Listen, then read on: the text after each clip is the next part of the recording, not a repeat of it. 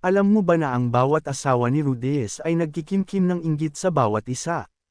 Si Sylvie ay kinaiinggitan sa kanyang pagkababae at ang kanyang kakayahang isama ang idealistkong imahe ng isang perpektong asawa at ina.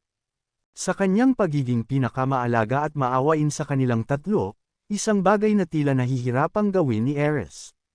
Si Roxy naman ay kinaiinggitan dahil sa kanyang maturity at ang kanyang kapasidad na maging isang taong maaaring mapagkakatiwalaan at erespeto ni Rudez. Palagi niyang linulutas ang mga problema na hindi kayang gawin ni Rudez nang nag-iisa. Si Rudez ay palaging nagagalit sa tuwing may taong hindi gumagalang sa kanya.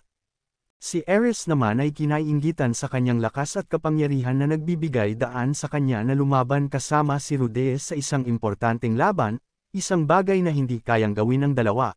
Sa kabila ng pagsisikap ni Sylvie na makipagsabayan sa dalawa, nakita niyang mahirap pantayan ang abilidad ni Rudez at hindi niya kayang protektahan ito gaya ng ginagawa ni Ares. Si Ares din ay nagtataglay ng mahalagang asset na wala kay Sylvie at Roxy.